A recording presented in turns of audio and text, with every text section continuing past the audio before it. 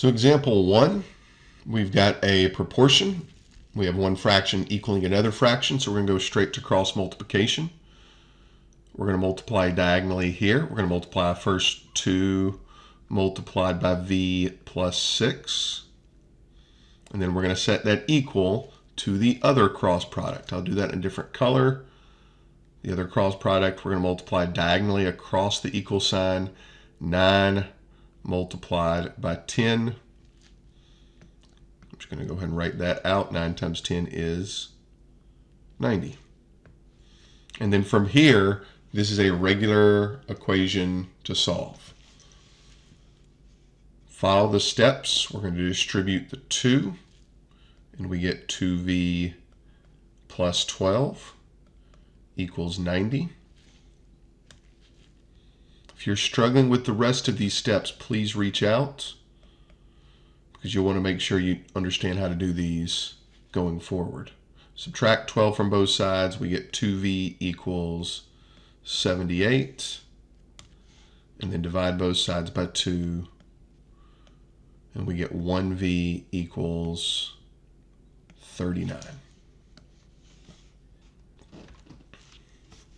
Try now example number 2. I'm going to give you about 4 seconds. So pause the video, and then I'm going to write out the first step.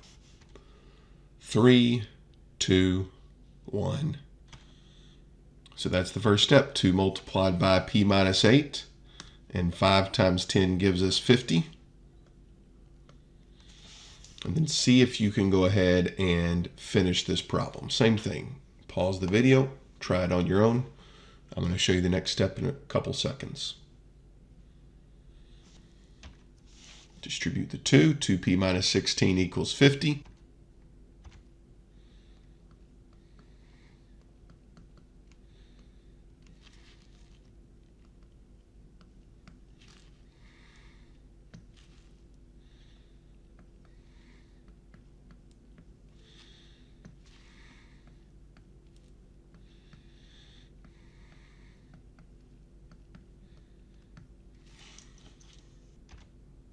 P equals 33 is our final answer here.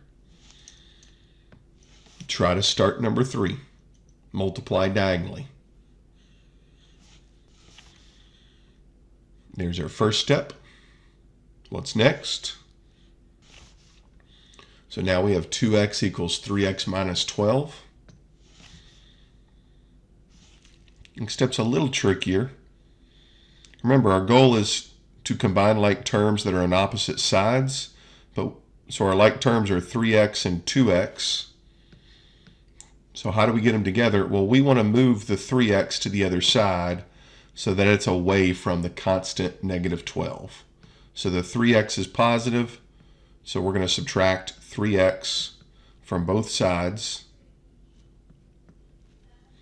2x minus 3x is negative 1x equals, that's still a negative 12. And then remember, you can't have a negative 1x, so we need to do one extra step, dividing by negative 1, because a negative 1 divided by negative 1 becomes a positive 1x, which is what we're after. And negative 12 divided by negative 1 is positive 12. So our answer is x equals 12. Try the first step on number 4. And that's perfectly okay if you go straight to writing, distributing that 2 to the n plus 4, but that's what the first step should look like. Next step. 6n equals 2n plus 8, distribute the 2. Next step. So you should choose to subtract 2n from both sides because we want to move the 2n away from the constant of positive 8, and then finish the problem. Divide both sides by 4.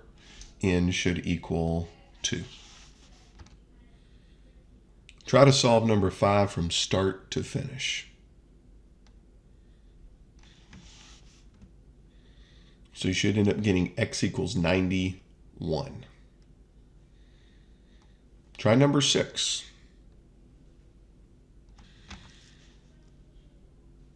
So this is what it should look like after you distribute. more than one way to solve this problem from here, but I always like to subtract the smaller v, move the smaller v to the other side. And then from there, if you solve it this way, you would subtract 24 from both sides, and I think that's 21 as a final answer. The only wrinkle on number 7, if you want to use cross multiplication, you could by putting 8 and dividing it by 1. And now you can set it up for cross multiplication. And really the multiplying by 1 is unnecessary, so really just multiplying both sides by 2 gets us where we need to go. What would be next? If you said subtract 5 from both sides next, you would be right. And then what's our last step? Should be just divide both sides by -1, and we get an answer of -11. The last one, the only wrinkle to this one, is before you can cross multiply, you've got to have a fraction equaling a fraction. Well, we don't have that yet because we have this plus 4. So we need to subtract 4 from both sides first. And then that gives us x divided by 2 equals 6. Or if you wanted to write 6 as a fraction, you could do 6 over 1.